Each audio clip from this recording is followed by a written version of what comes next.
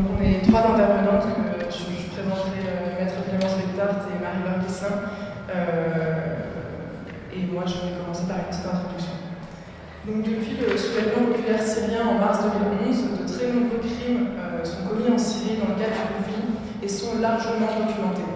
Bombardement de populations civiles, prisonniers torturés, disparitions forcées, transfert forcé de population, exécution d'opposants politiques, utilisation d'armes interdites, villes assiégées. Les crimes sont nombreux et perpétrés par différents partis au conflit, mais principalement par le régime de Bachar al-Assad lui-même et ses alliés, notamment russes et iraniens. Depuis 2011, plus de la moitié de la population syrienne a subi des déplacements forcés. On compte plus de 500 000 morts, plus de 90 000 personnes victimes de disparitions forcées, presque 1 million de Syriens arrêtés et au moins 85 attaques à l'arme chimique. Depuis le début du conflit, ces crimes sont dénoncés par la communauté internationale, par les organisations internationales, par les ONG. Les preuves et les images sont abondantes et ont été largement relayées partout dans le monde. Pour autant, 8 ans après le début du conflit et le soulèvement populaire, on constate que les responsables de ces crimes jouissent d'une impunité totale. Donc aujourd'hui, dans le cadre de cette conférence, on va se demander ce que la justice peut faire pour lutter contre les crimes, contre l'impunité des crimes contre l'humanité.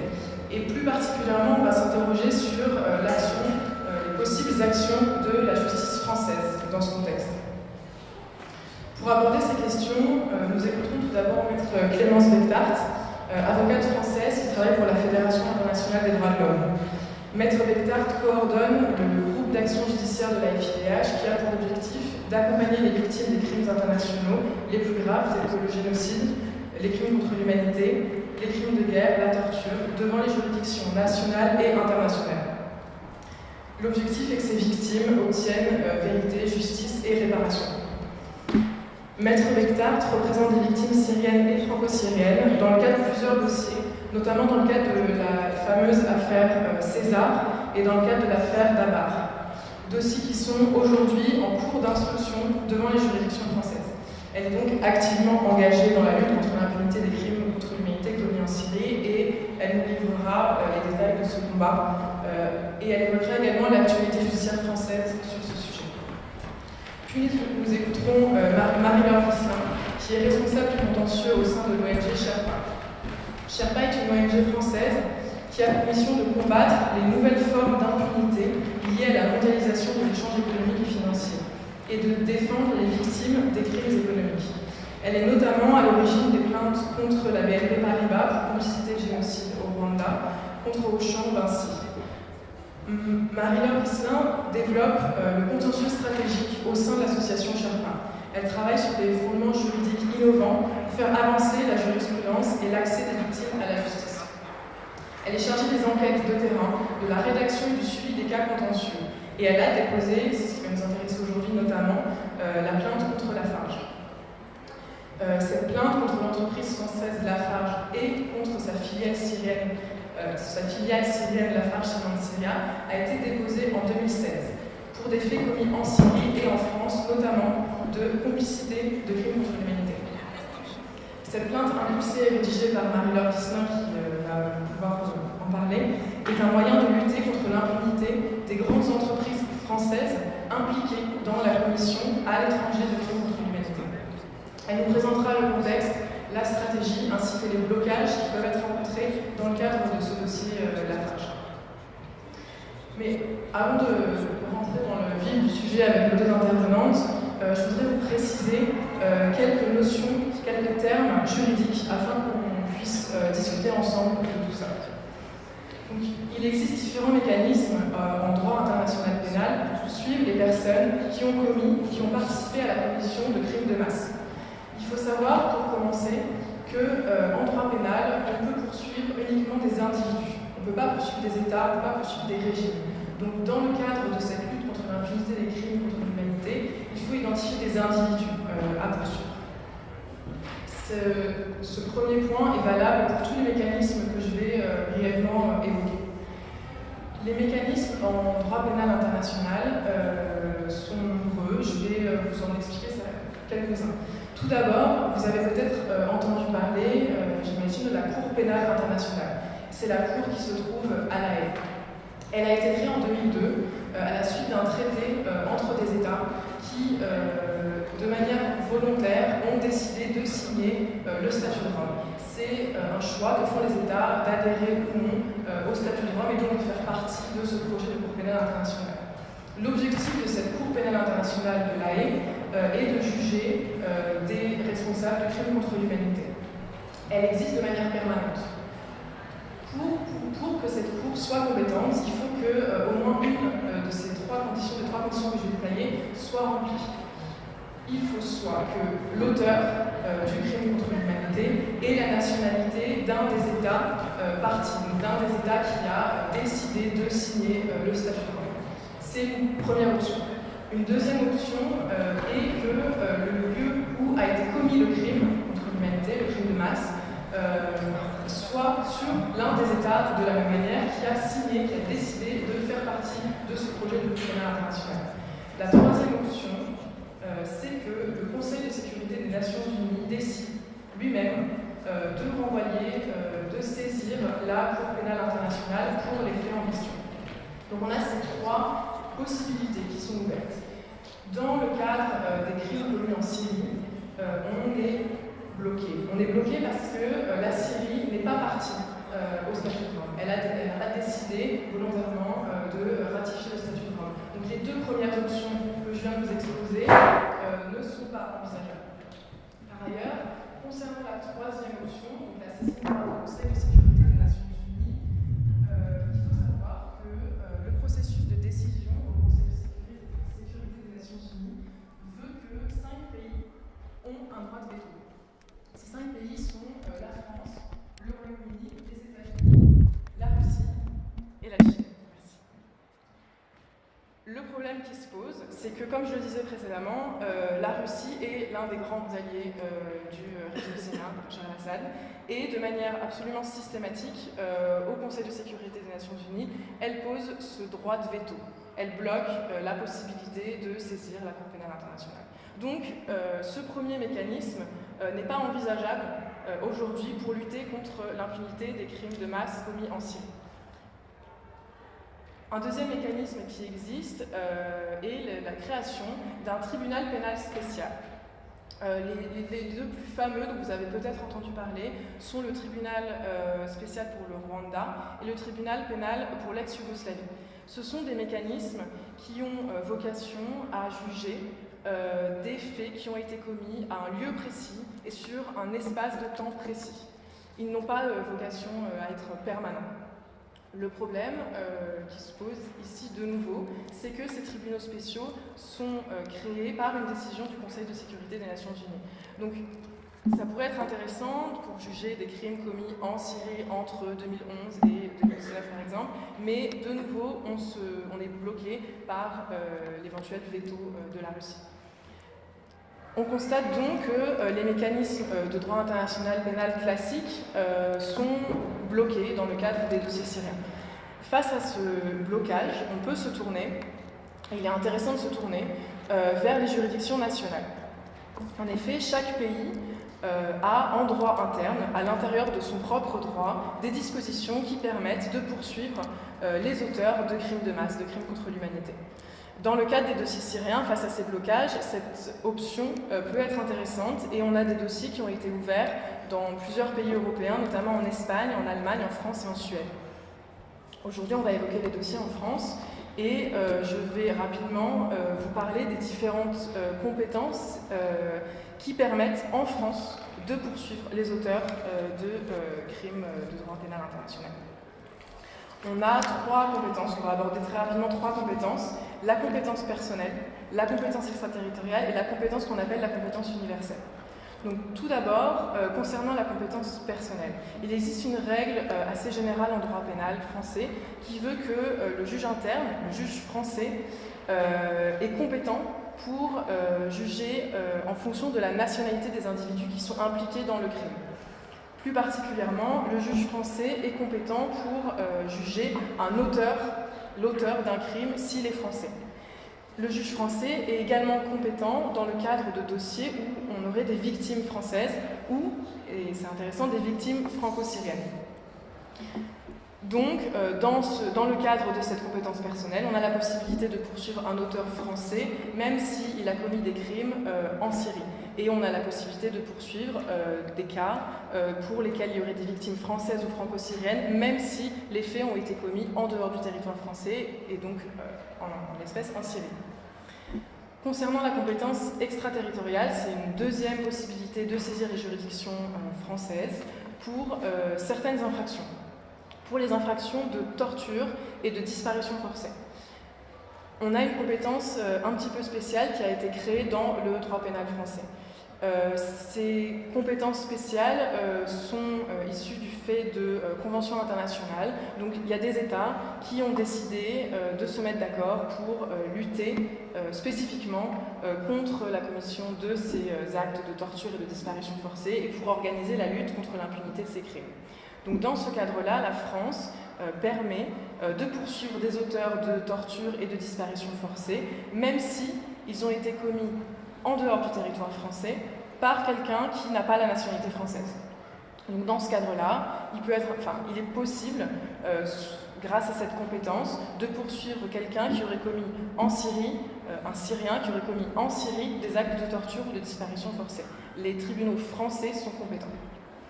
Enfin, le dernier mécanisme que je voudrais aborder est la compétence qu'on appelle la compétence universelle. Cette compétence concerne certains crimes. Le crime contre l'humanité, le crime de génocide et les crimes de guerre.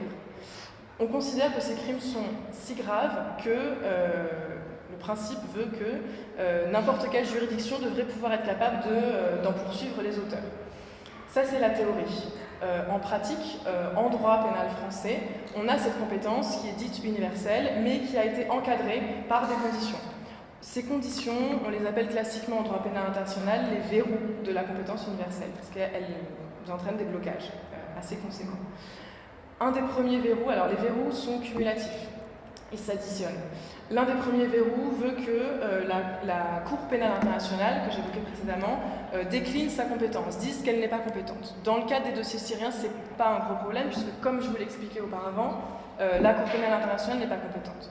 Par contre, on a des véritables verrous dans le cadre de la compétence universelle, notamment le fait qu'il faut que ce soit le procureur spécialisé dans ce domaine-là, le procureur français, qui décide lui-même de poursuivre les auteurs.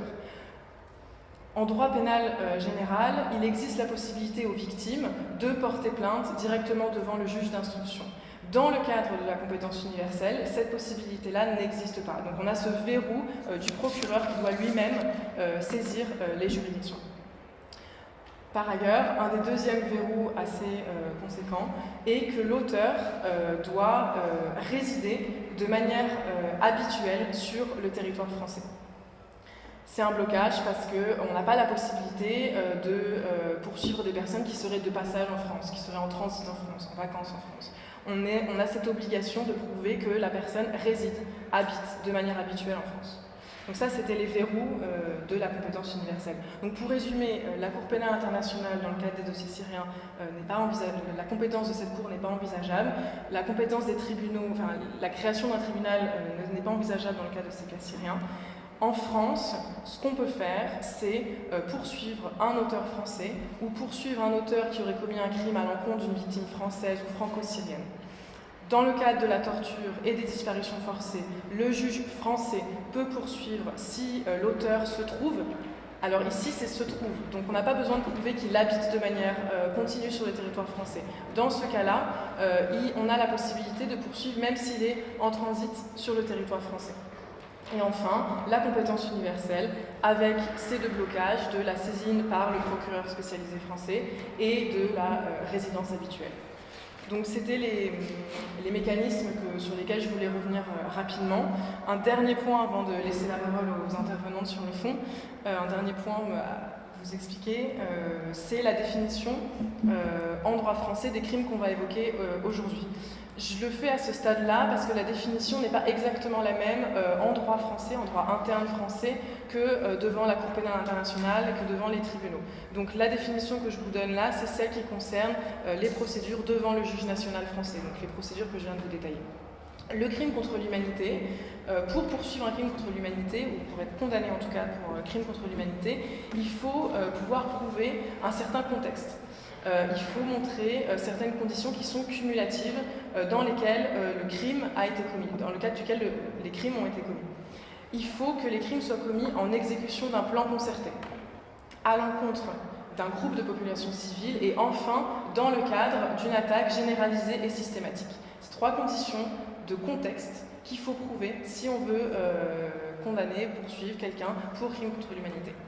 Dans le cadre du génocide, en droit interne français, le contexte est un peu différent. On a toujours besoin de prouver l'existence d'un plan concerté, mais ici, l'objectif de ce plan doit être la destruction partielle ou totale d'un groupe.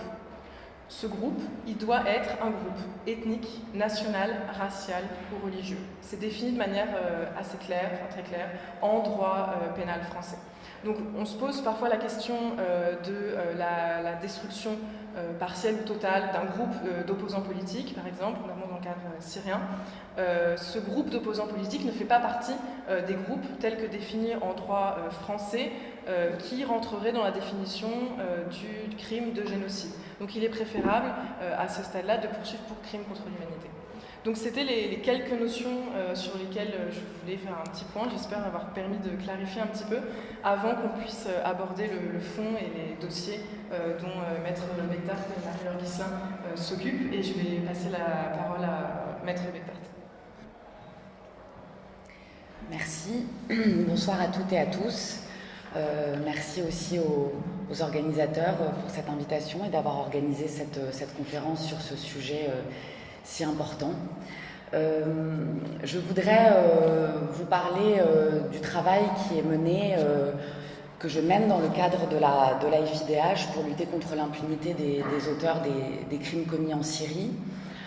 Non pas de manière juridique, mais plutôt pour vous raconter une série d'histoires et surtout insister sur les raisons qui guident aussi ce travail, pourquoi il est fait, avec qui il est mené et comment on le mène. Quelques mots d'abord pour vous présenter la FIDH, la Fédération internationale des droits de l'homme, qui est une vieille organisation internationale créée en 1922, dont le siège est à Paris, qui a un mandat généraliste de défense et de protection des droits humains, et qui est donc, comme son nom l'indique, une fédération et qui fédère aujourd'hui 184 organisations de défense des droits humains dans le monde, donc 184 ligues qui, dans des contextes des pays très différents, agissent à leur niveau, local, national, pour la défense des droits humains. La FIDH, elle a parmi ses priorités, un certain nombre de priorités, les droits des femmes, la protection des défenseurs des droits humains, mais également la lutte contre l'impunité. C'est une priorité essentielle et je pense qu'il faut toujours le rappeler. Pourquoi est-ce que c'est important, essentiel de travailler sur ce sujet ? D'abord parce qu'on le sait, l'impunité, elle est la cause de tous les conflits qui agitent aujourd'hui la planète. Elle est la cause des situations de graves violations des droits humains, elle est la cause des guerres. On trouve tout le temps dans ces situations de perpétration donc de crimes de masse, une parmi d'autres raisons, mais une raison qui est commune, c'est l'impunité. L'impunité des auteurs du passé, le fait que de tels crimes aient pu être perpétrés sans avoir été sanctionnés, sans que les responsables aient été jugés, sans que les victimes n'aient été rétablies dans leurs droits et plus largement sans que les sociétés meurtries aient pu raconter cette page de leur histoire et envisager aussi un processus de réconciliation, de reconstruction qui permettra, lorsque les conditions sont réunies, de créer des garanties de non-répétition de ces crimes. Lutter contre l'impunité, donc ça a une vocation assez individuelle pour une victime qui veut que son bourreau ou l'auteur des crimes commis contre ses enfants soit sanctionné, soit jugé, qu'elle puisse accéder à des réparations.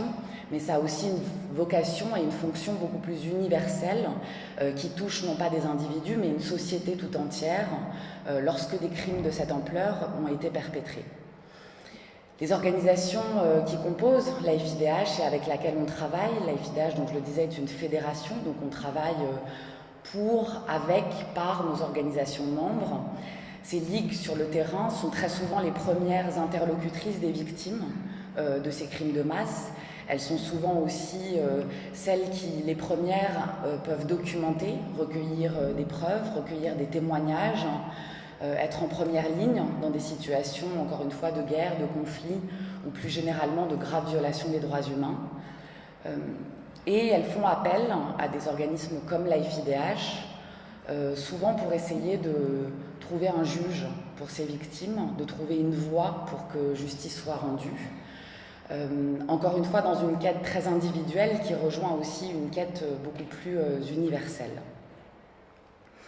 Alors, le contexte a beaucoup évolué, ça a été évoqué dans les années, à la fin des années 90, je ne remonterai pas plus loin dans le temps, mais on a vu la création, l'adoption du statut de Rome en 1998, la création de cette Cour pénale internationale, avec un certain nombre d'États qui ratifiaient le statut et qui donc acceptaient le postulat de se joindre à cette Cour à vocation permanente, à vocation universelle, qui a pour objet de juger les plus graves responsables des crimes les plus graves lorsque la justice nationale, la justice du pays où les crimes ont été commis, ne peut pas agir ou lorsqu'elle ne veut pas agir, ce qui est bien souvent le cas, puisque bien souvent les puissants qui orchestrent, qui commettent ces crimes de masse sont ceux qui sont au pouvoir et qui rendent donc impossible l'accès des victimes à la justice au niveau national. Donc essor, je le disais, au début des années 2000, de la Cour pénale internationale, de ce mécanisme aussi de compétence universelle qui a été très médiatisé au moment de l'affaire Pinochet, cet ancien dictateur chilien arrêté à Londres en vertu d'un mandat d'arrêt prononcé par un juge espagnol. Donc on voyait là les fondements d'une justice internationale se mettre en route avec des victimes chiliennes qui ne pouvaient pas déposer leur plainte devant la justice de leur pays et qui s'étaient tournées vers la justice espagnole. Donc l'essor de ce mécanisme aussi, et puis un contexte politique plutôt en faveur de la lutte contre l'impunité, avec cet adage qu'on a beaucoup retrouvé, pas de paix sans justice, dont certains États, certains gouvernants se faisaient les échos aussi au niveau multilatéral, dans des enceintes telles que les Nations Unies.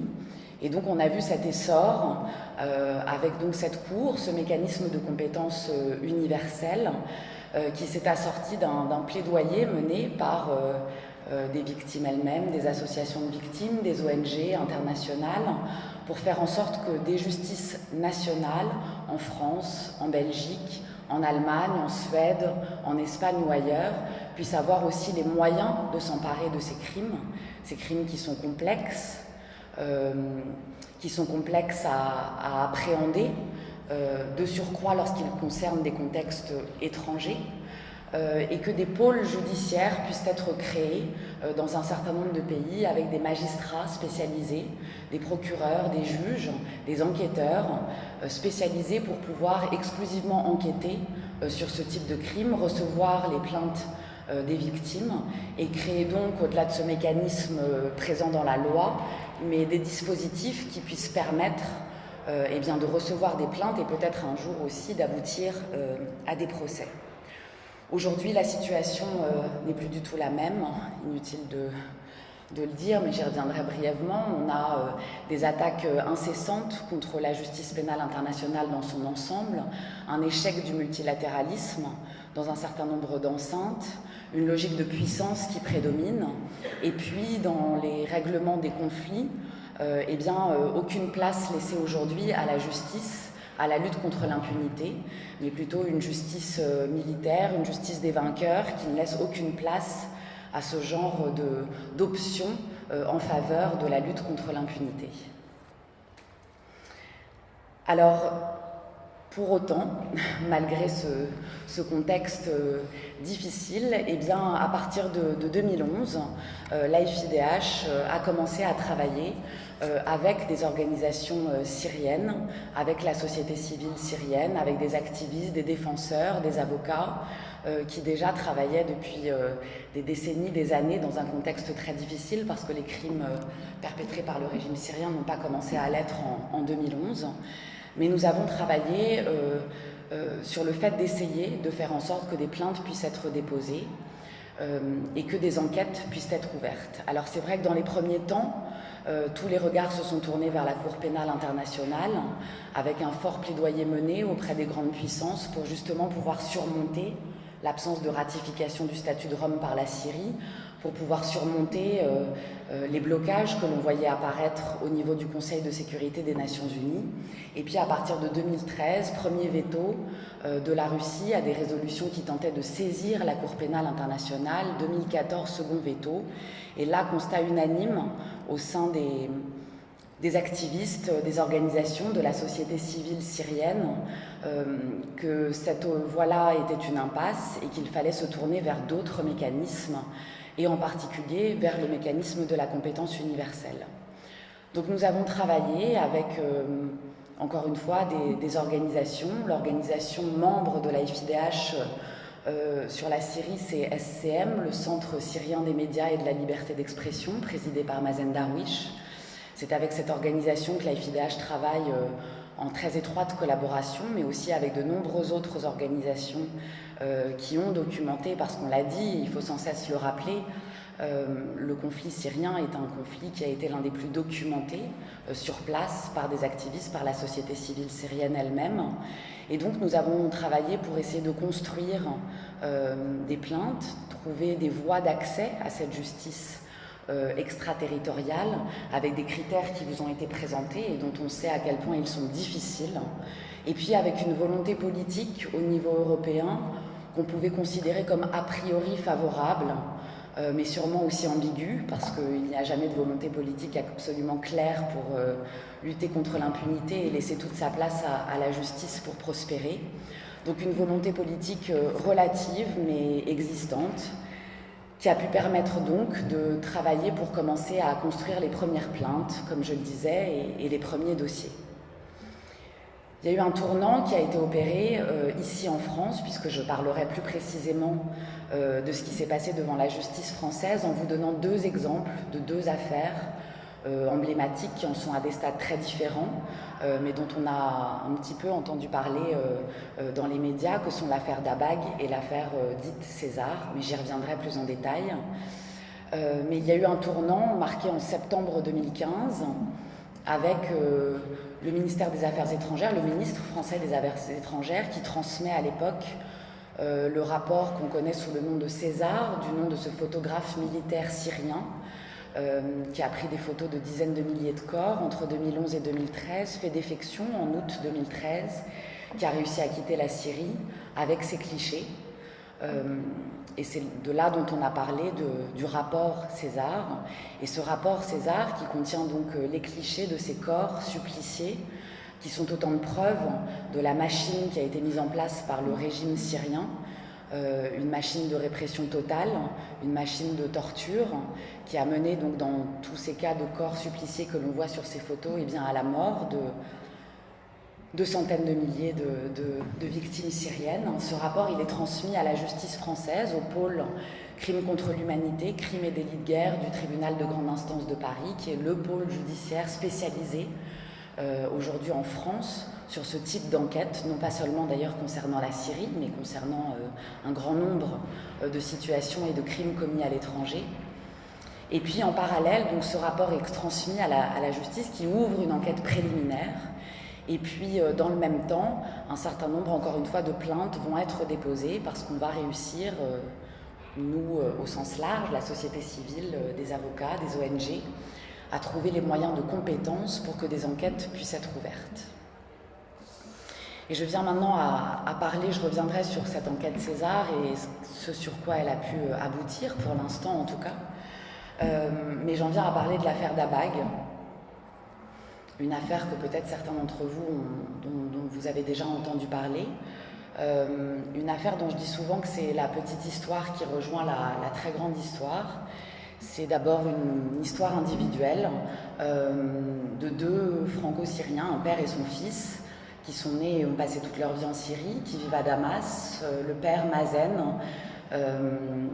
est surveillant principal au lycée français de Damas. Et puis son fils, Patrick Abdelkader, est en deuxième année de faculté de lettres et de sciences humaines à l'université de Damas. Ils vont être arrêtés en novembre 2013, les 3 et 4 novembre 2013, par les services de renseignement de l'armée de l'air. D'abord, le 3 novembre, on vient chercher le fils, une dizaine d'hommes armés qui se revendiquent des services de renseignement de l'armée de l'air, qui font éruption au domicile familial et qui viennent arrêter le fils. Et puis le lendemain, à minuit, 24 heures plus tard, ils viennent arrêter le père en lui disant « on va t'apprendre à élever ton fils ». On saura qu'ils ont été transférés au centre de Mezzé, à l'aéroport militaire de Damas, un centre de détention aux mains des services de renseignement de l'armée de l'air, qui a été amplement documenté, décrit, dénoncé par la commission d'enquête des Nations Unies, par des ONG internationales comme Human Rights Watch, comme étant l'un des centres de détention avec le pire taux de mortalité parmi les centres de détention aux mains du régime. Et puis, eh bien, on n'entendra plus jamais parler d'eux. Ils vont disparaître dans les geôles du régime syrien, comme tant d'autres victimes syriennes.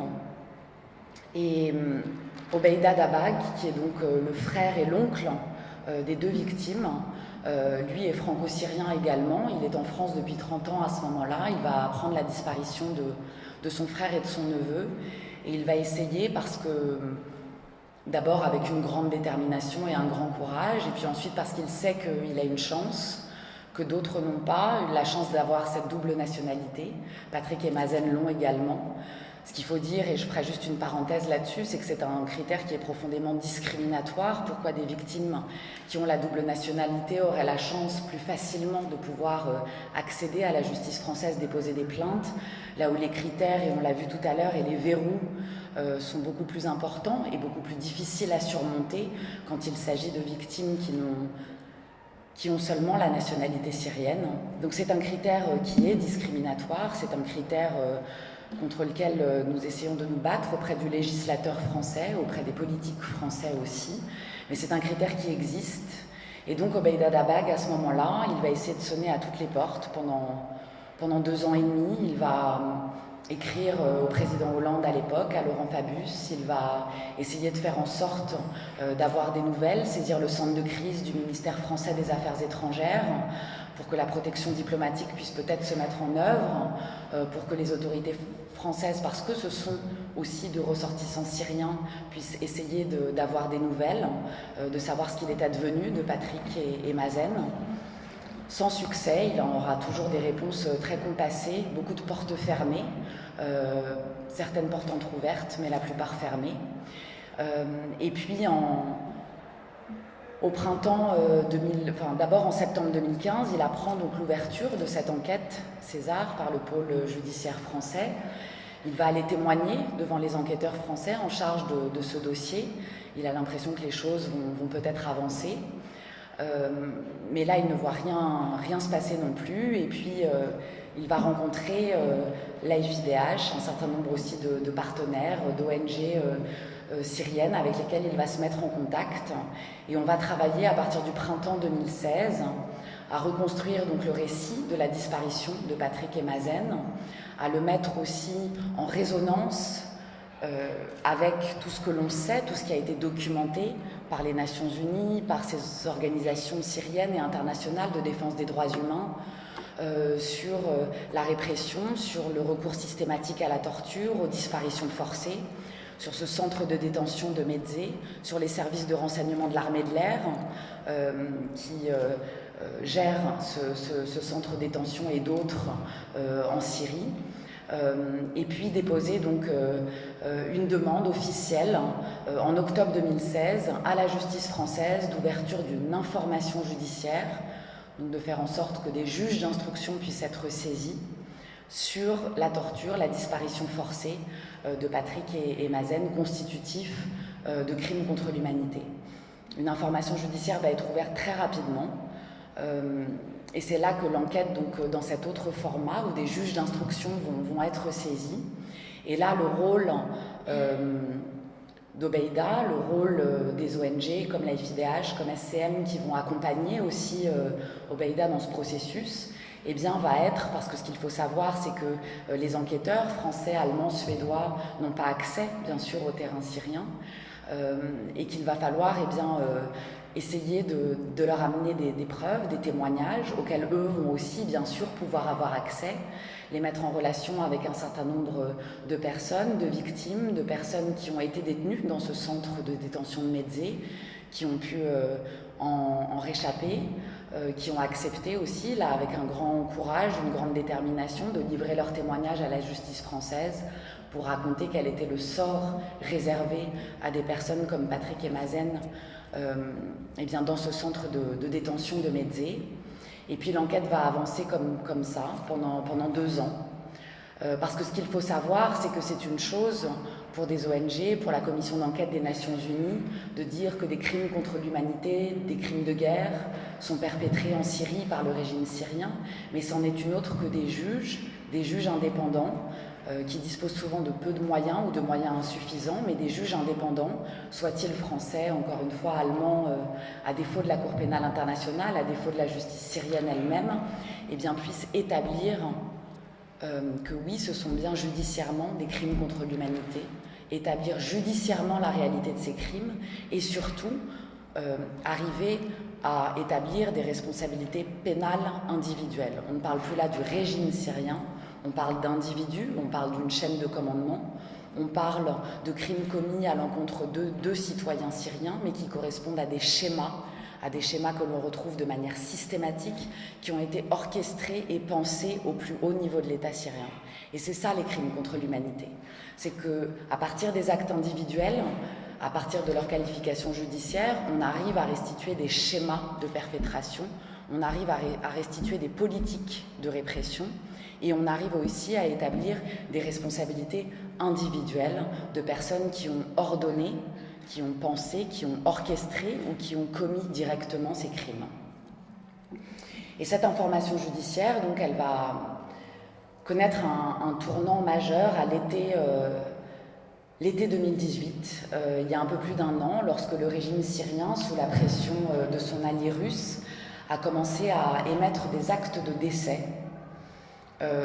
et à émettre ces actes de décès en les délivrant aux familles de disparus, aux familles syriennes qui se demandaient encore si leurs proches arrêtés étaient vivants ou morts, où est-ce qu'ils étaient détenus, à émettre ces actes de décès en nombre.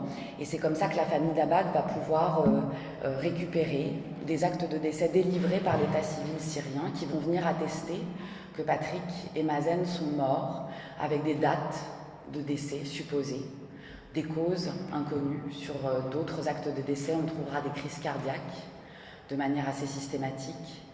Et donc l'État syrien vient dire à la famille d'Abag que Patrick est mort en janvier 2014, quelques mois, quelques semaines après son arrestation, et que Mazen, lui, le père, est mort en novembre 2017, donc 3 ans après son arrestation, chez lui à son domicile à Damas. Ces actes de décès, on va les fournir à la justice française et on aura là la preuve absolue, si je puis dire, non seulement que Patrick et Mazen ont bien été arrêtés par le régime syrien, comment autrement l'État syrien aurait pu fournir ces actes de décès, ces dates aussi, et c'est à partir de là que les choses vont s'accélérer et qu'en octobre dernier, en octobre 2018, les juges d'instruction français de ce pôle spécialisé vont émettre 3 mandats d'arrêt internationaux pour complicité de crimes contre l'humanité. Le premier visant Ali Mamlouk, le numéro 2 du régime syrien, chef du bureau de la sécurité nationale, qui supervisait sous cette fonction les 4 services de renseignement et de sécurité syriens qui ont orchestré cette répression. Jamil Hassan, chef des services de renseignement de l'armée de l'air, celui de ces 4 services qui est au commandement de ce centre de détention de Médzé dont on parlait, là où Patrick et Mazen ont été emmenés. Et puis Abdel Salam Mahmoud, qui est le chef de la branche des investigations de ce centre de détention de Médzé, qui lui va être visé pour un mandat d'arrêt pour complicité de crimes contre l'humanité comme les deux autres et pour complicité également de crimes de guerre. Alors au-delà de la portée symbolique énorme, du facteur d'espoir aussi que ça peut représenter, ce qu'il faut dire, c'est que va-t-il arriver ensuite, que peut-il arriver ensuite dans cette affaire?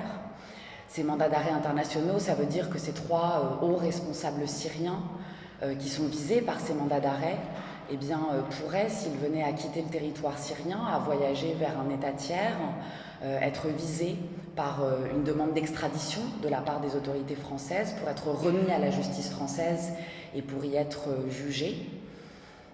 Et puis ça veut dire aussi, encore une fois, que c'est une reconnaissance là d'une responsabilité, d'une mise en cause, d'un établissement de responsabilité individuelle pour complicité de crimes contre l'humanité et pour l'un d'entre eux de crimes de guerre. Et ce qu'il faut savoir aussi, c'est que la justice française, le droit pénal français, a cette possibilité d'envisager, sous certaines conditions, un procès de ces trois hauts dignitaires s'ils ne venaient jamais à être arrêtés et remis à la justice française en leur absence, par défaut. La justice française l'a déjà fait dans d'autres situations. Et ce serait donc là une grande première s'agissant des crimes perpétrés par le régime syrien.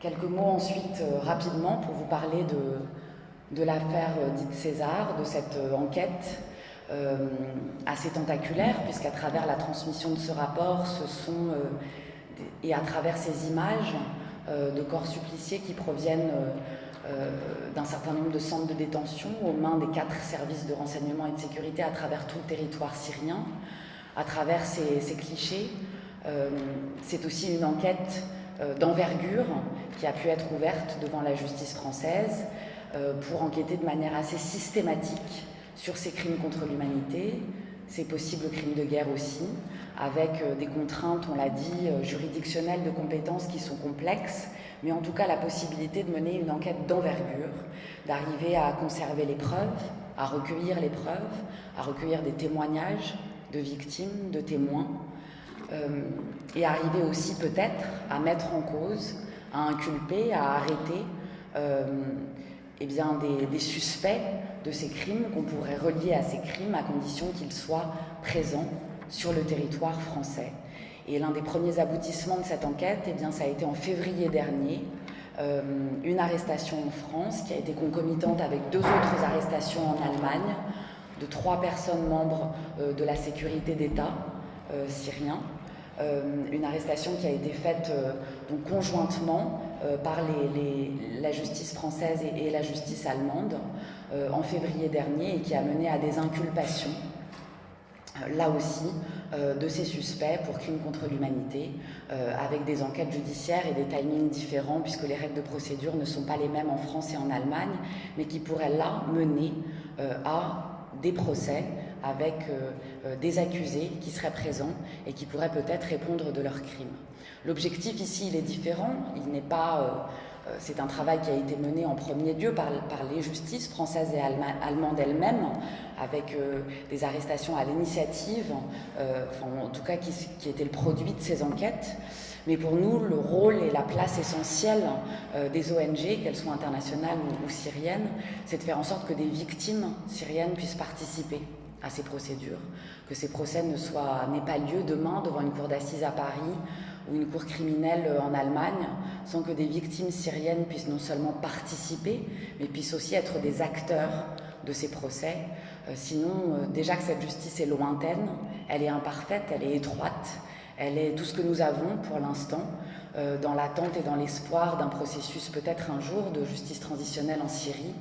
Et donc pour ne pas que ces procès se fassent eh bien, en l'absence de victimes syriennes qui doivent être non seulement participantes, mais aussi les actrices, les acteurs de ces procédures.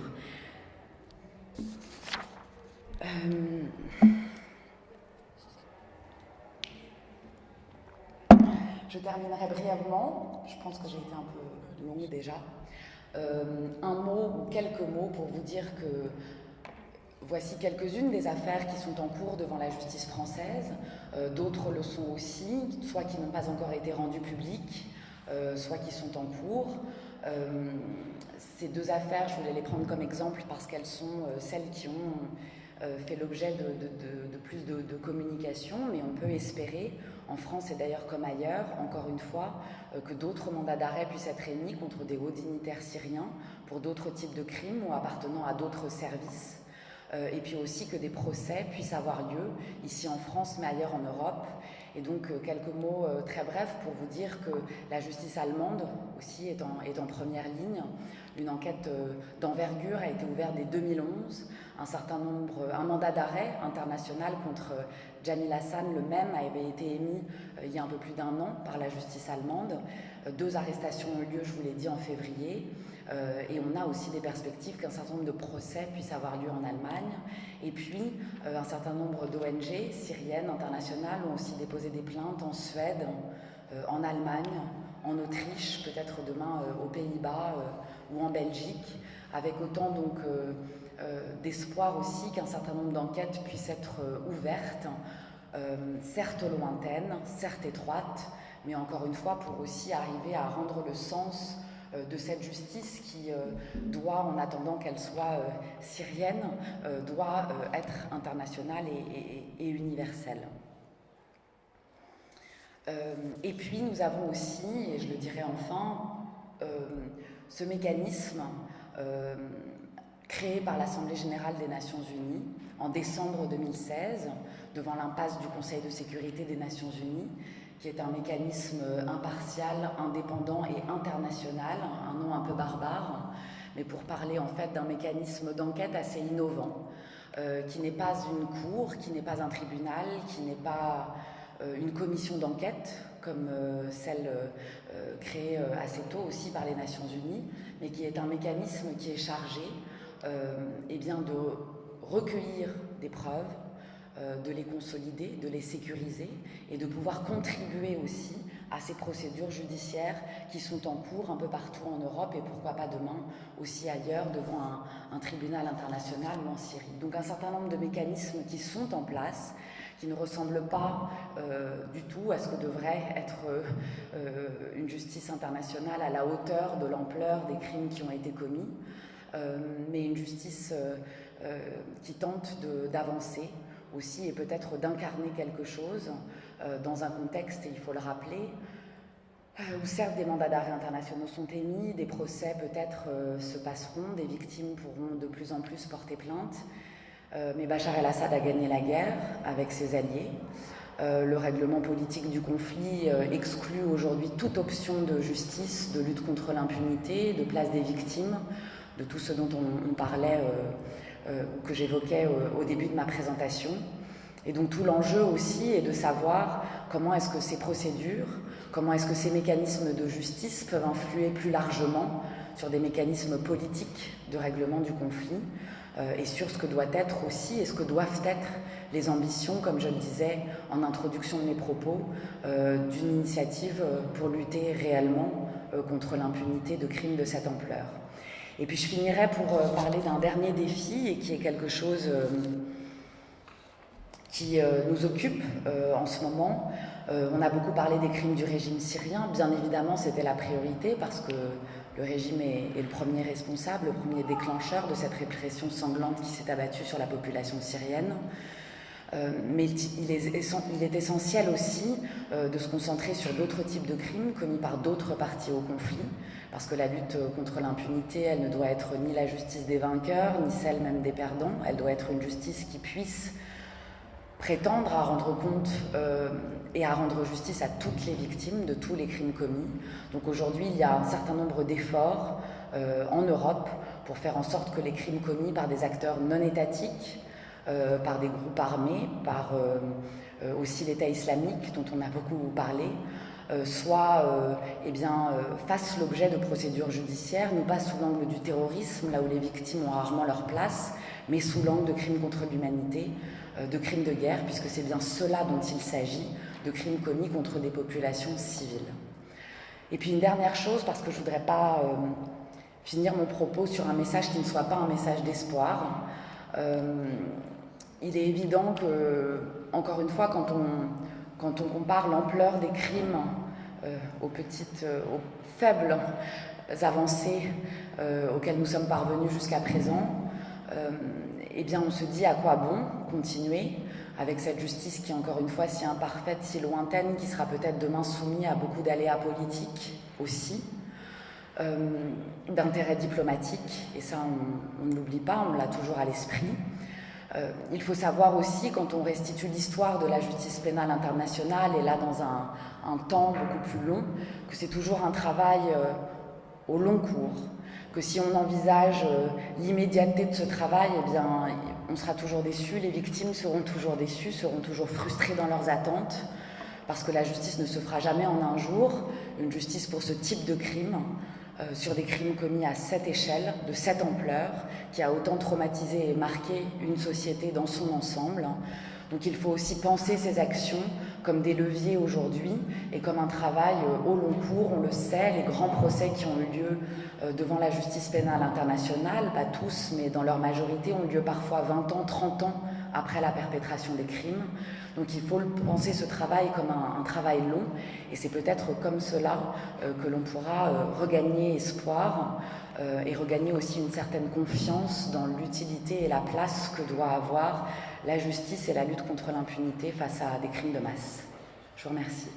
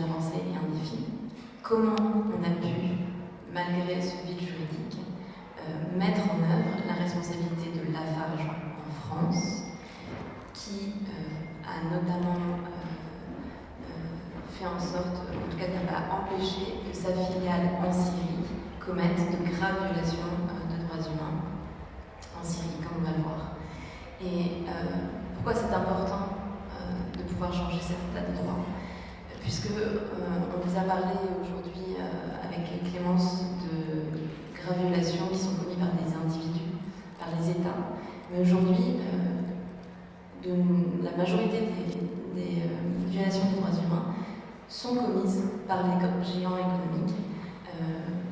Par exemple, quelques chiffres pour vous illustrer. 51% des multinationales anglaises sont impliquées dans des controverses de droits humains, 76% en Allemagne et 65% en France. Alors imaginez une entreprise, le plus grand cimentier du monde, Lafarge, qui faisait en 2014 12,8 milliards de chiffre d'affaires, qui en fait aujourd'hui 24 en ayant fusionné avec Holcim, et qui détient à 99% une filiale en Syrie, qu'elle achète en 2010, vouloir maintenir à tout prix ses activités en Syrie, alors même que Total, Bell, Schneider Electric, toutes les autres multinationales ont quitté la Syrie à partir de 2012.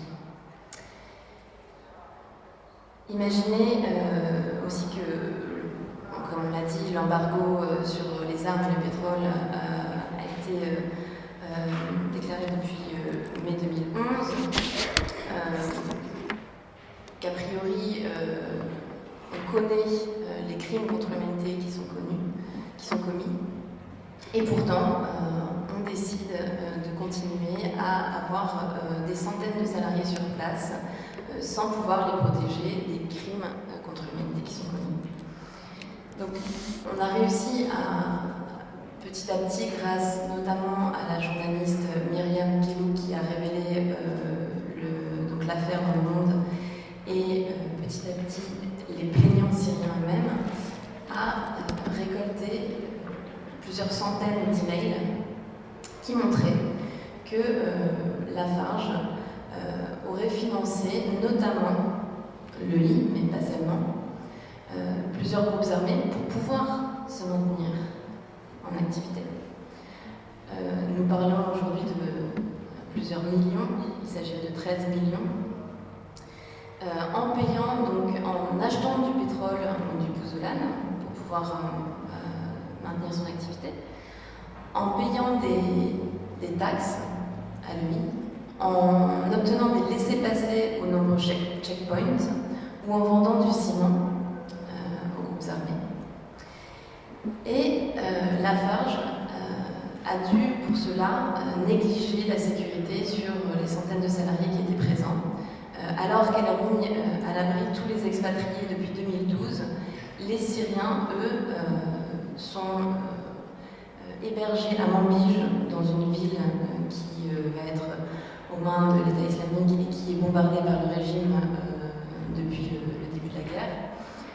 Certains plaignants nous expliquent que lorsqu'ils viennent à l'usine, ils ont extrêmement peur que leur famille se fasse bombarder ou qu'elle soit soumise aux exécutions de Daesh lorsqu'il s'agit de Manbij. Certains salariés sont kidnappés, tués et menacés en permanence au checkpoint qu'ils doivent passer pour pouvoir venir travailler à l'usine. Donc nous, on a versé, donc quand je dis nous, c'était à l'époque donc 2 stagiaires qui ont travaillé avec moi. On a versé 200 pièces pour pouvoir porter cette plainte sur le fondement de financement de terrorisme, mise en danger délibérée de la vie des employés, travail incompatible avec la dignité humaine et, on y vient, complicité de crimes contre l'humanité. On a eu la chance aussi, au dernier moment, d'avoir la participation de ICCHR, donc le European Center for Constitutional and Human Rights, qui nous aide aujourd'hui énormément dans toute l'enquête et toute l'affaire.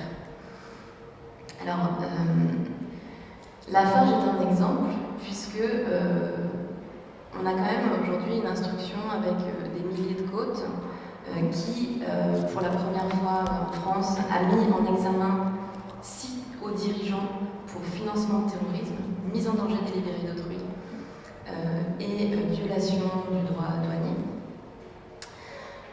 Nous avons demandé également que le ministre des Affaires étrangères de l'époque, Laurent Fabius, ainsi que les ambassadeurs actuels et anciens de Syrie soient auditionnés, chose qui a été faite. Des personnes de la DGSE, des renseignements et de la DGSI ont été auditionnées.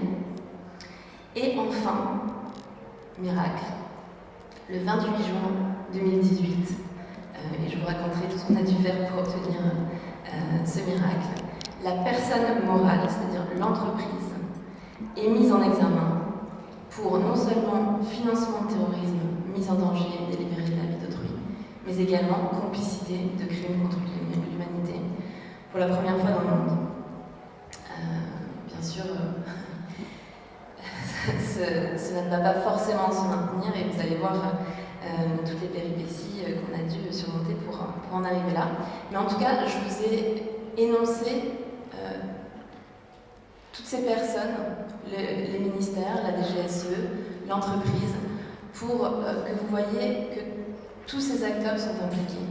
Et que, comme Clémence le disait, si on oublie certaines responsabilités dans l'alimentation des conflits armés, alors on peut oublier une grande partie de la possibilité de donner accès aux victimes de ces conflits et de prévenir, puisque si les millions que Lafarge a donnés à Daesh n'avaient pas été donnés, on peut imaginer, pas seulement Daesh d'ailleurs, tous les groupes armés, on peut imaginer tous les morts qu'on aurait pu éviter. Alors, je vais essayer, maintenant que je vous ai un peu donné le contexte et les faits, de vous peindre le type d'obstacles que nous rencontrons au quotidien, Clémence et moi, et surtout les victimes, des obstacles juridiques, politiques, matériels, et comment, pour aussi essayer de rester sur une note d'espoir, on peut aujourd'hui essayer de contourner ces obstacles. J'aimerais d'abord peut-être faire un tout petit sondage pour voir dans quelle mesure je rentre dans les détails ou non sur le nombre de juristes qu'il y a dans la salle. Est-ce que vous voulez bien lever la main, les juristes, s'il vous plaît? Quand même. D'accord, merci. Formidable. Mais donc on va essayer de vulgariser tout ça. Alors, la première chose dont on a besoin pour mettre en cause la responsabilité du multinational, c'est, à votre avis, c'est une loi qui précise que la multinationale commet une faute. On vous a parlé du pénal. C'est pas évident. Dans tous les pays du monde, on n'a pas la possibilité de mettre en cause la responsabilité pénale d'une entreprise. En France, d'ailleurs ce n'est pas vieux, ça date de 2009, on peut aujourd'hui mettre en cause la responsabilité pénale d'une entreprise, donc une personne morale, et demander qu'elle soit jugée devant un tribunal pénal. Donc on a besoin d'une loi dans le code pénal qui nous dise, voilà, cette entreprise peut être responsable pour telle infraction. Comme je vous l'ai dit, dans cette plainte, nous on a pu montrer qu'il y avait du financement de terrorisme et complicité de crimes contre l'humanité, mise en danger également. Pourquoi financement de terrorisme a été important? Parce que nous avons tous été, peut-être bassinés dans les médias sur la lutte contre le terrorisme du gouvernement. Et vous imaginez bien que si une entreprise est attaquée pour financement de terrorisme, la justice ne peut pas faire l'impasse d'ouvrir une instruction. Et c'est comme ça, d'une certaine façon, tristement, qu'on a eu cette porte ouverte pour ensuite obtenir cette mise en examen pour complicité de crimes contre l'humanité. Le terrorisme est extrêmement important en soi, de toute façon, puisque on nous dit oui, on lutte contre le terrorisme. Certaines mères sont condamnées à 2 ans ferme pour envoyer un billet d'avion à leur fils en Syrie. Donc il était essentiel de rechercher la responsabilité de tous les acteurs en matière de terrorisme, de financement de terrorisme. Mais aussi, comme je vous l'ai dit, pour pouvoir entrer par la porte de la complicité de crimes contre l'humanité. Et je ne sais pas si vous avez noté, mais les dirigeants, eux, n'ont pas été mis en examen sur le fondement de complicité de crime contre l'humanité. La personne morale, oui. Et c'est, au départ, d'ailleurs, même l'avocate à qui on avait confié le dossier nous disait « Mais tu rêves, la complicité de crime contre l'humanité, on ne l'obtiendra jamais. » C'était effectivement assez fou comme pari. Avec Ici Etchar, on a rendu une note au juge d'instruction de dizaines de pages pour essayer de convaincre que ce financement de terrorisme pouvait être notamment considéré comme un acte positif de complicité de crime contre l'humanité, et faire de ce cas un des cas emblématiques de multinationales qui alimentent des conflits armés et qui sont responsables de graves violations de droits humains. Ne pas faire un cas multinational et terrorisme, mais multinational et violation grave de droits humains.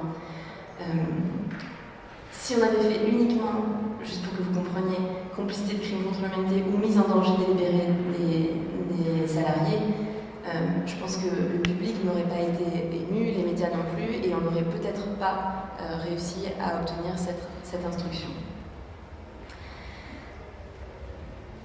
Bien sûr, ce serait trop beau si on s'arrêtait à cette mise en examen et qu'on allait petit à petit vers un jugement.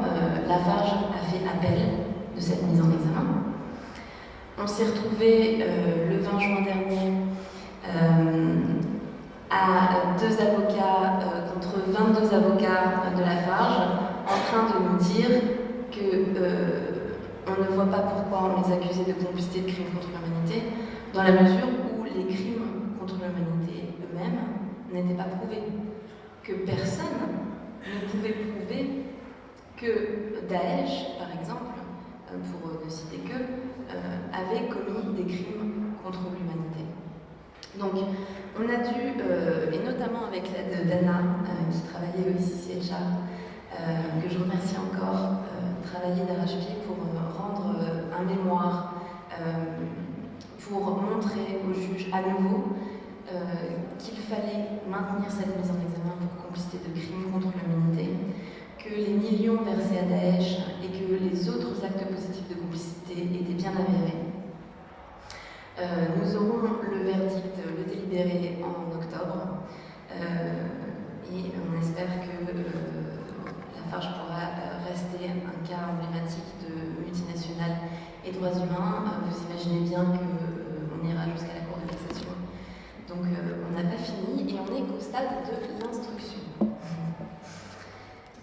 Mais déjà, c'est un grand espoir, puisque, comme je vous le disais, d'obtenir cette mise en examen historique contre une des plus grandes puissances françaises, et que la DGSE soit interrogée, que le ministre des Affaires étrangères soit interrogé. Voilà, au départ, on n'en attendait pas tant. On a besoin d'une loi, donc je vous ai montré qu'on avait, nous, dans notre code pénal, ces fondements, financement de terrorisme et complicité, qu'on avait pu utiliser. Mais ce n'est pas si simple. Quels sont les obstacles en termes de droit que nous rencontrons? Comme je vous le disais, en fait, une multinationale n'est pas responsable automatiquement de ses filiales et sous-traitants à l'étranger. Donc là, on a beau dire oui, Lafarge est responsable, il a fallu qu'on mette dans 30 pages de plainte le lien entre la maison mère et la filiale syrienne, pour bien montrer que c'est la maison mère en France, ce sont les dirigeants français qui étaient responsables des crimes, de la complicité de crimes contre l'humanité. Et ça, c'est extrêmement compliqué. Et les juges n'ont pas du tout l'habitude de ce type de lien entre la maison mère et les filiales à l'étranger.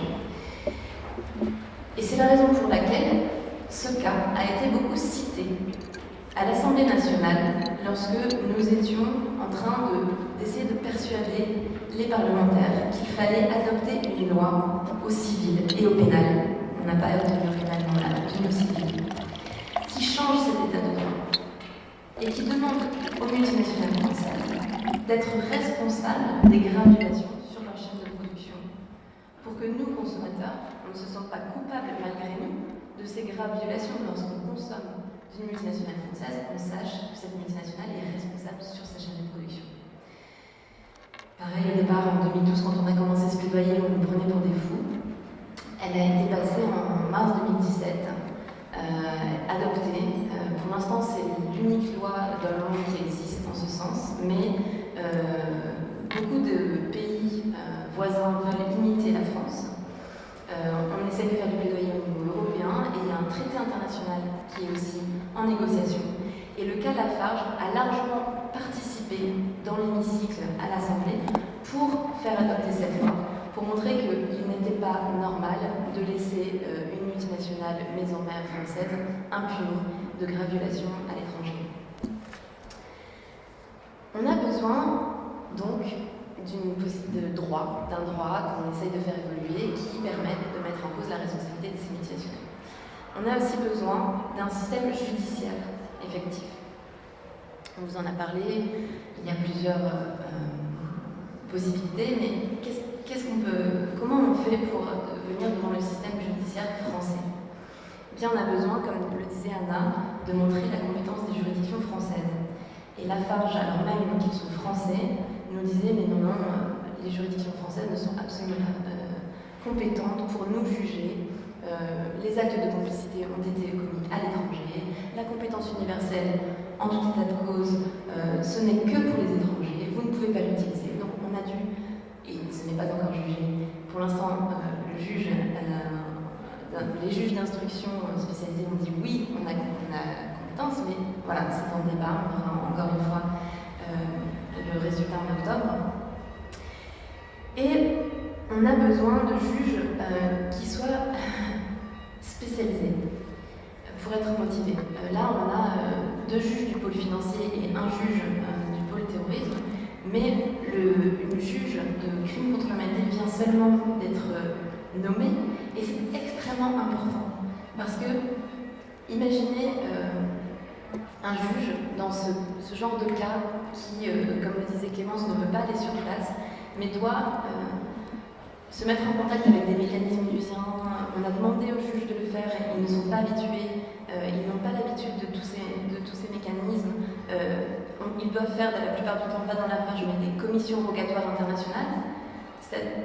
On demande aux autorités du pays de bien vouloir coopérer avec les juges français pour obtenir des preuves. Donc, par exemple, j'ai déposé une plainte contre BNP, une grosse banque française, pour complicité de génocide des Tutsis, pour avoir fourni des millions à la Banque nationale du Rwanda et permis l'importation de tonnes d'armes pendant le génocide. Et les enquêteurs chargés de la Commission rogatoire internationale nous disaient que c'était extrêmement difficile d'obtenir les témoins au Rwanda, parce que tous les génocidaires rwandais jugés en France passaient avant, donc on demandait à ce qu'ils témoignent, et les gens pour la BNP, pour le dossier BNP, passaient après.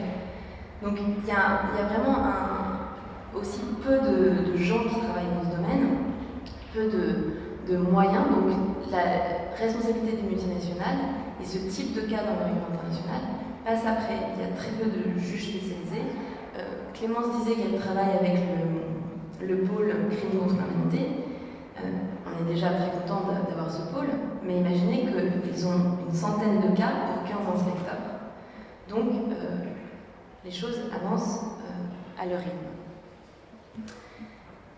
Je vais enfin vous parler aussi de ce système judiciaire et de ce qui a un tout petit peu été évoqué, de la protection, enfin, du problème politique, diplomatique et de protection de certains acteurs quand on est dans des cas aussi sensibles, et notamment de nos intérêts économiques français. Dans un des cas, pas Lafarge, mais un des enquêteurs chargés d'enquête m'a dit clairement: nous ne ferons pas de perquisition dans les bureaux d'entreprise parce que nous ne voulons pas que BFM et TF1 soient sur les lieux de la perquisition le lendemain et que les actions de l'entreprise baissent. On a un parquet qui aujourd'hui est encore dépendant de l'exécutif. Et pour ce type de délit commis à l'étranger ou pour les crimes contre l'humanité, on a besoin que le parquet dise oui, on veut poursuivre. Donc on a beaucoup de verrous du parquet qui mettent des obstacles aussi à la poursuite et à Sherpa, on essaye, en utilisant cette justice, de faire en sorte qu'elle devienne aussi de plus indépendante, malgré le fait qu'on soit en France. Enfin, et je serai très courte, je voulais évoquer les obstacles matériels et financiers. Les victimes ont extrêmement peur des représailles. Toutes les victimes syriennes à qui on a pu parler, les anciens employés, aussi fou que ça puisse paraître, certaines d'entre elles voulaient pouvoir conserver la possibilité de travailler dans le groupe. Aujourd'hui, c'est impossible d'être anonyme dans un cas. Et imaginez également que ces victimes qui ne savent parfois pas comment porter plainte contre une entreprise juste à côté de chez elles, faire le lien entre leur dommage et l'entreprise, ne vont pas imaginer que leur dommage peut être in fine dû à une maison mère à l'autre bout du monde, en France. Et donc il faut que des personnes, des avocats, des juristes, des ONG comme les nôtres puissent les accompagner. Or, et ce n'est pas le plus grave, mais les ONG comme les nôtres sont empêchées de plus en plus d'agir en France. Il y a des habilitations législatives qui restreignent de plus en plus nos possibilités d'agir. Lafarge demande à ce que nous soyons reconnus irrecevables dans notre plainte. Et nous sommes attaqués en diffamation, ce qu'on appelle des poursuites bâillons. Par exemple, Bolloré attaque tous les 2 mois un journaliste, un lanceur d'alerte, une ONG, pour faire en sorte qu'on ne puisse pas parler des activités qui sont un peu gênantes de ce groupe. Donc nous essayons aussi de faire en sorte d'obtenir des réformes pour que nous ayons une loi contre ces poursuites bâillons et que nous puissions être recevables. Donc, nous avons rendu le 20 juin, là, dans cette fameuse audience dont je vous parlais, de 22 avocats contre 2, un gros mémoire pour essayer de défendre notre recevabilité, puisque si des associations comme la FIDH et Sherpa ne peuvent plus agir pour défendre les victimes de crimes économiques et de crimes contre l'humanité, les victimes directement auront encore plus de mal à accéder à la justice. Bien évidemment, comme je vous parle du système français, je ne vous parle pas de tous les partenaires syriens et autres dans nos autres cas, qui eux font l'objet de poursuites bâillons bien plus graves, qu'on a décrit jusqu'ici, des arrestations arbitraires et disparitions forcées et autres. Enfin,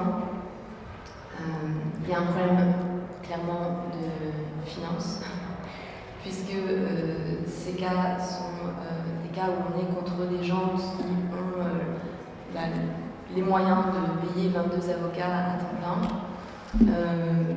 Les Syriens qui ont eu la chance de venir être auditionnés en France, et j'imagine que c'est la même chose pour Clémence, doivent être soutenus par des organisations comme les nôtres. Aujourd'hui, il n'y a pas de mécanisme qui permette de les faire venir en France.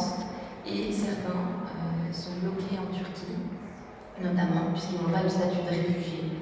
Donc là, on voit que toute la politique migratoire est aussi très liée à cette justice internationale et à l'accès des victimes, notamment en France, puisque certains qui n'ont pas le statut de réfugié ne peuvent pas se payer le luxe de quitter la Turquie, par exemple, où elles ne pourraient pas revenir si, comme elles n'ont pas le statut de réfugié.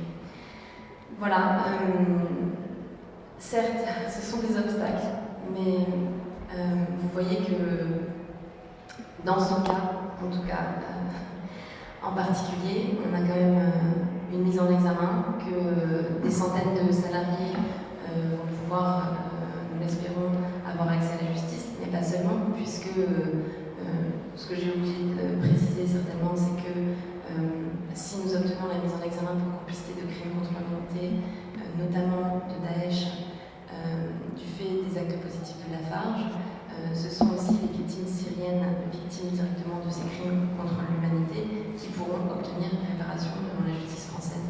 Donc c'est essentiel de pouvoir rechercher tout type de responsabilité dans ces types de conflits armés pour pouvoir, on espère, donner petit à petit plus d'accès à la justice aux victimes. Je vous remercie.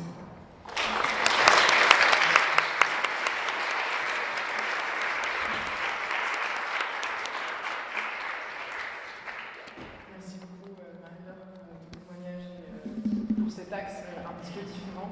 On a légèrement dépassé le temps qui nous était accordé. Je vois ici, je pense qu'on fait des signes. Est-ce qu'il y a des personnes qui veulent poser des questions? Ouais, est-ce qu'on a le temps pour 2-3 questions? Ouais, ok, super. Je vais. Je vous laisse on n'a pas le temps. On prend 2 questions et deux questions rapides.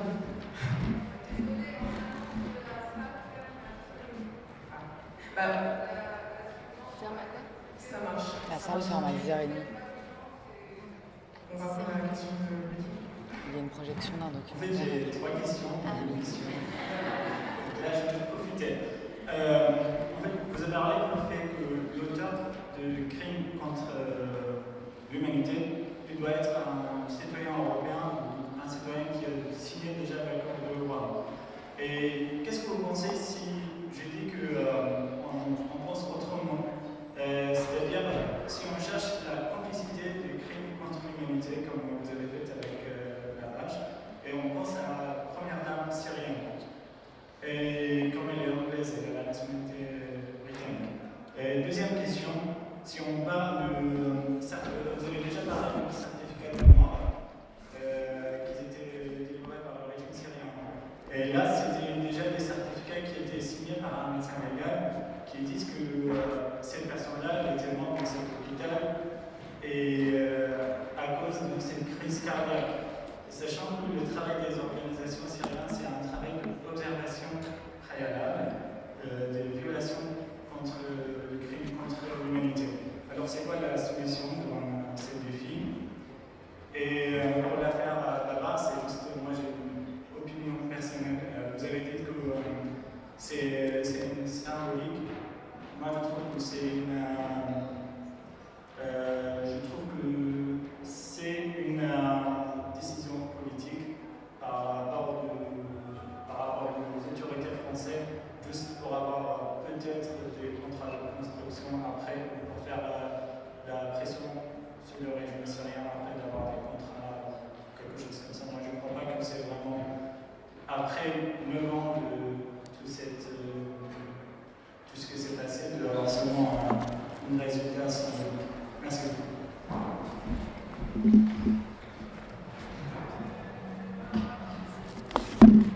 Bonsoir, merci beaucoup pour vos interventions intéressantes et merci à vos organisations ainsi qu'à vous personnellement des efforts que vous faites pour faire en sorte que justice soit rendue aux victimes de violations graves dans le cadre des conflits. Ma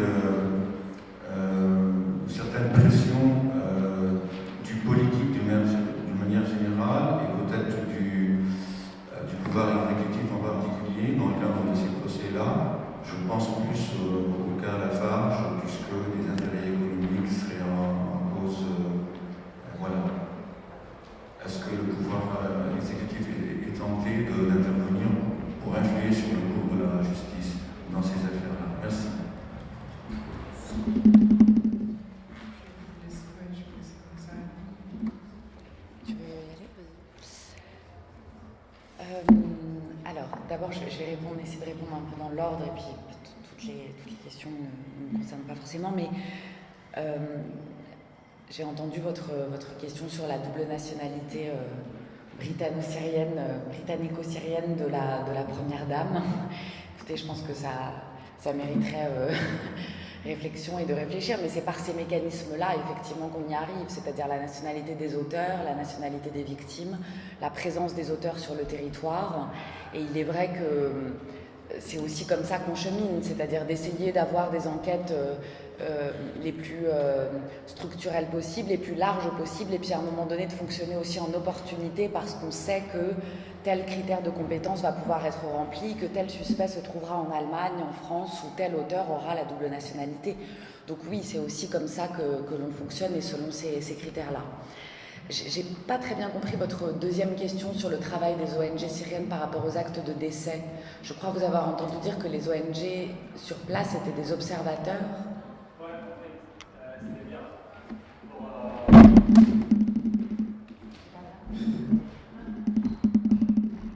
fait, selon les critères de la Cour pénale internationale, le travail des organisations syriennes ne dépasse pas l'observation préalable de décommenter les crimes contre l'humanité. C'est ça ce qu'on a vu. Moi, j'ai travaillé sur un petit dossier pour le procureur à Genève et lui, il dit facilement ça. Donc, est-ce que vous avez autre chose? Alors moi, j'ai un avis très différent sur cette question. Je sais que c'est beaucoup dit par dans certains milieux d'experts que le travail des ONG syriennes ou locales en général qui sont sur le niveau national, ce sont pas, c'est très faible, c'est de l'observation, comme vous dites. Moi, je suis absolument pas d'accord. Bien évidemment, les ONG ne sont pas des enquêteurs, on n'est pas là pour prendre la place de la justice. Mais les ONG syriennes, on le vit chaque jour, elles ont fait un travail admirable, fantastique, de documenter ce qui était en train de se passer, et je ne le dis pas de manière démagogique, j'en suis convaincue.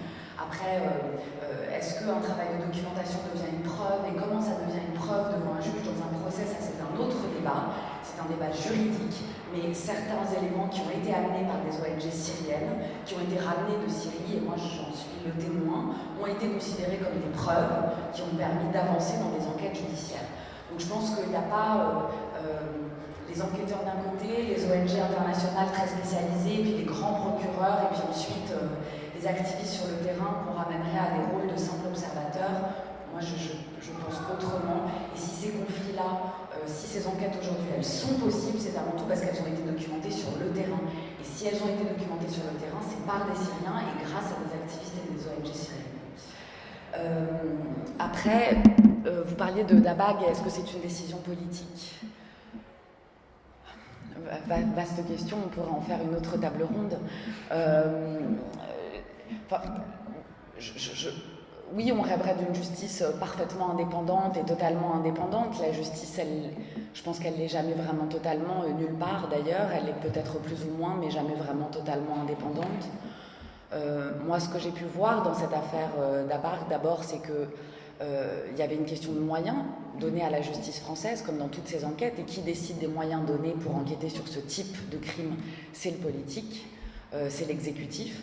Donc s'il y a, à un moment donné, quand Laurent Fabius, alors ministre des Affaires étrangères, transfère ce rapport César, fait beaucoup de communication autour, et qu'on voit derrière qu'il y a un enquêteur qui est en charge de cette enquête, au niveau de l'office en France, on voit bien que les moyens ne sont pas donnés, et on a toutes les raisons de penser à ce moment-là que c'est un effet d'affichage, et qu'il ne se passera rien derrière parce que les moyens ne sont pas donnés derrière. Donc bien évidemment, il y a toujours du politique, de la même manière que nous, on le craint.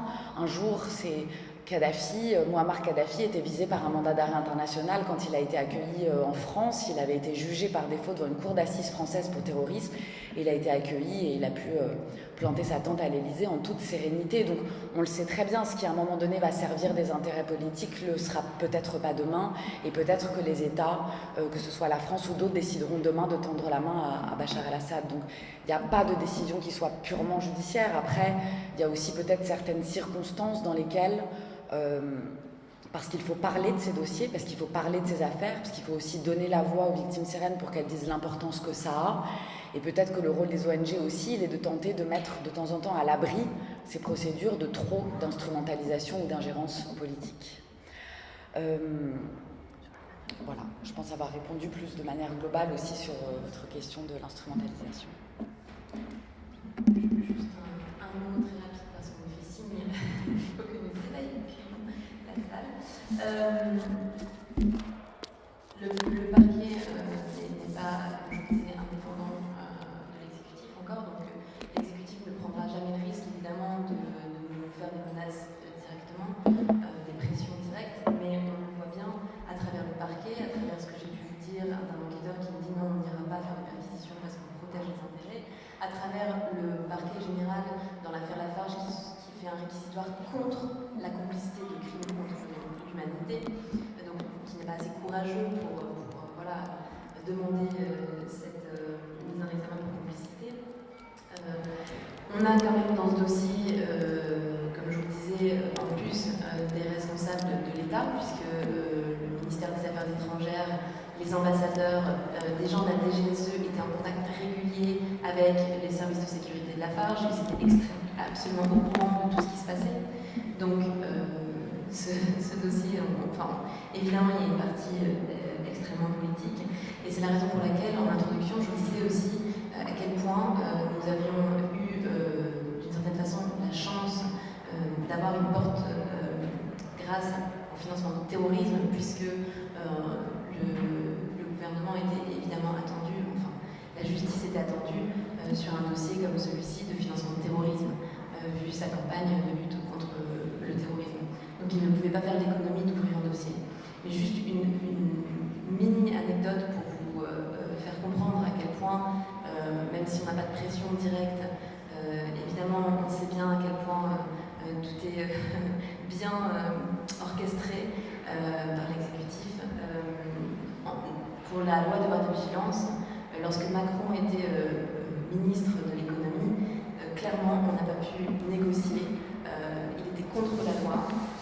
Apparemment, des mails par centaines étaient envoyés par le MEDEF en lobby pour que cette loi ne passe pas. À partir du moment où Hollande, pour tout un tas de raisons, je passe le détail, a demandé à Sapin, du coup, qui avait changé, donc le nouveau ministre de l'économie, de faire passer cette loi, on a pu négocier et on a pu... Donc, et voilà, une loi évidemment qui demandait aux multinationales d'être responsables sur la chaîne de production. Donc on est face à des intérêts énormes, un lobby énorme, et évidemment que même dans des affaires comme Lafarge où on a obtenu une instruction contre une multinationale pour complicité de crimes contre l'humanité, on sent cette pression politique. Merci. Merci beaucoup à vous deux, merci à tous pour votre intérêt. Et